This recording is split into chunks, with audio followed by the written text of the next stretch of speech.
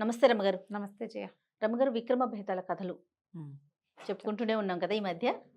పూర్వం ఇలా కథలోకి వెళ్ళొద్దు. పట్టువదలని విక్రమార్కుడు అక్కడి నుంచి ఓకే. రావాలి. అంతే, అది వినాలి. ఆ, పట్టువదలని విక్రమార్కుడు మళ్ళీ శ్మశానం లోపలికి నడిచాడు.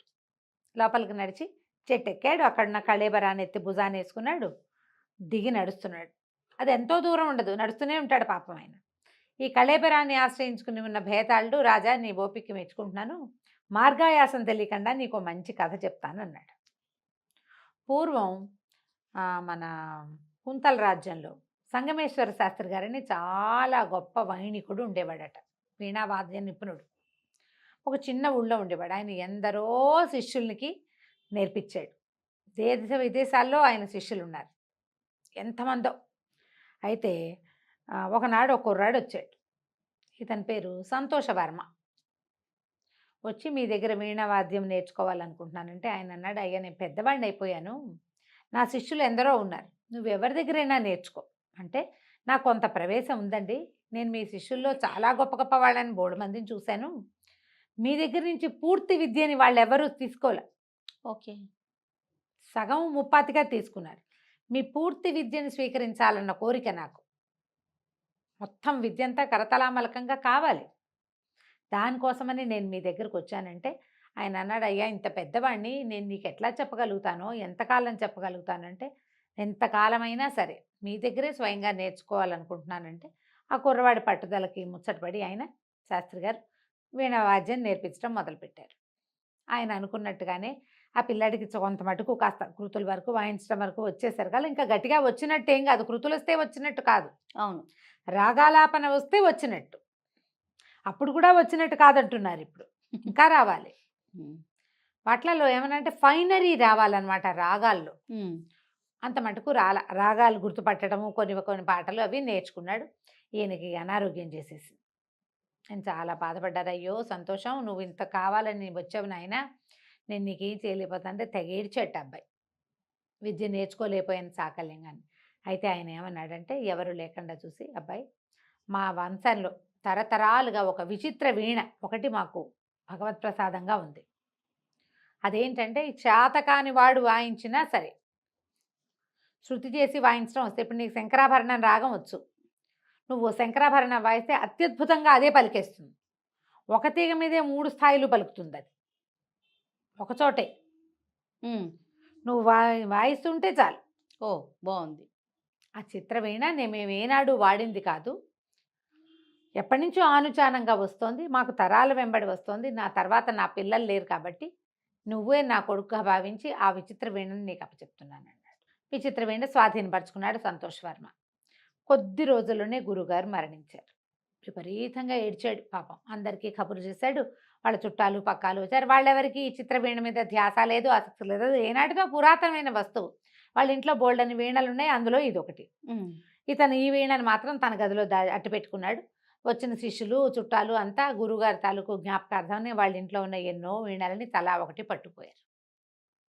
పట్టుకెళ్ళిన తర్వాత సరే ఏమైంది, అబ్బాయి అక్కడ కూర్చున్న గురువుగారి ఇంట్లో ఉండలేక తన ఇంటికి వచ్చేసాడు. ఆ విచిత్ర వీణని తెచ్చుకున్నాడు. తన దగ్గర ఓ వీణ ఉంది, ఆ విచిత్ర వీణని తెచ్చాడు. ఆ వీణ వాయించాడు. వాకిట్లో కూర్చుని వాయించుకుంటున్నాడు. వాయించుకుంటుంటే ఆశ్చర్యపోయారు, మంత్రముగ్ధులైపోతున్నారు జనమంతా. ఎంత బాగుందో. సంగమేశ్వర శాస్త్రి గారు పోతూ పోతూ తన శక్తిని అంతా ఈ పిల్లాడిలో ప్రతిష్ఠ చేశారు, ఈ కుర్రాడిలో అనుకున్నారు.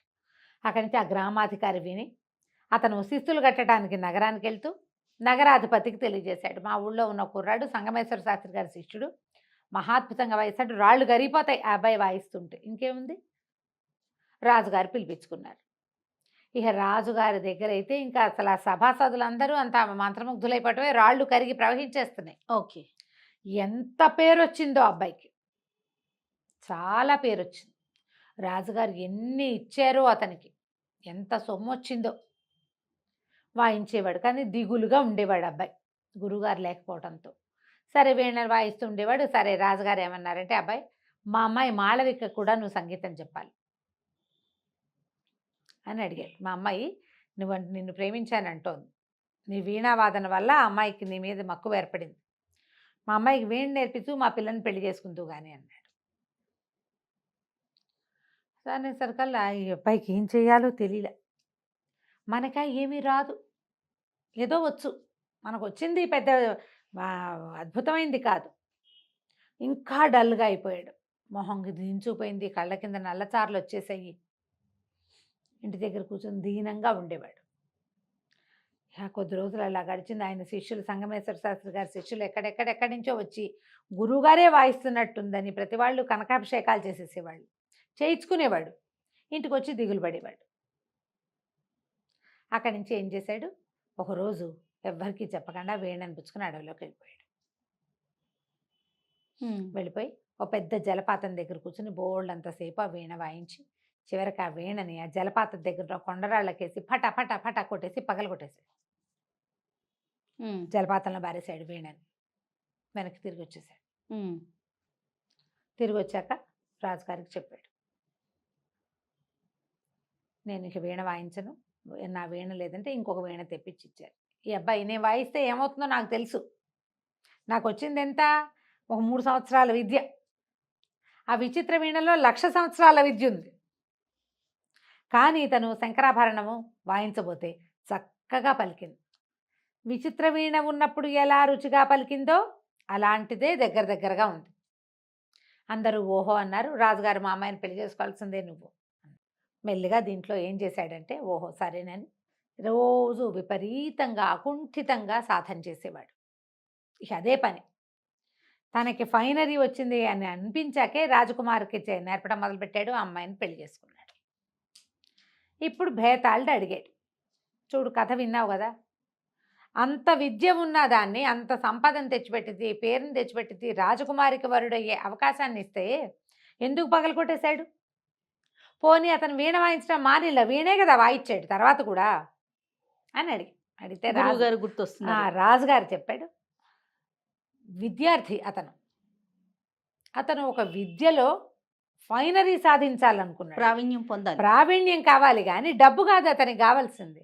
డబ్బు పేరు ప్రతిష్టల కోసం చేసేవాడైతే ఇంక అసలు బాధే లేదు. కానీ అతని మనస్తత్వం అది కాదు. అతను ఈ విద్యలో నిష్ణాతుడు అవ్వాలని భావించి గురువుని ఆశ్రయించాడు.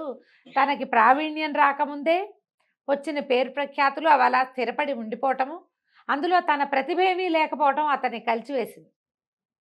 ఇలాంటి వాళ్ళు ఎంత తక్కువ ఉంటారు కదా, చాలా తక్కువ ఉంటారు, రేర్గా ఉంటారు. ప్రపంచంలో ఒకడు ఉంటాడు, కోటికొక్కడు. అవును, మనకేం వచ్చో అది దానికి రావాలి, కానీ అది పలికేస్తోంది కాబట్టి అమ్మ పలుకుతోందని పలికించకూడదు. అవును, మనం కూడా కొంత సాధన చేయాలి అని భావించి మళ్ళీ సాధన చేయటం వల్లే అతను జీవితంలో కుదురుకోగలిగాడు. సంవత్సరం పాటు ఎవ్వరితో మాట్లాడకుండా సాధన చేశాడని చెప్పారు.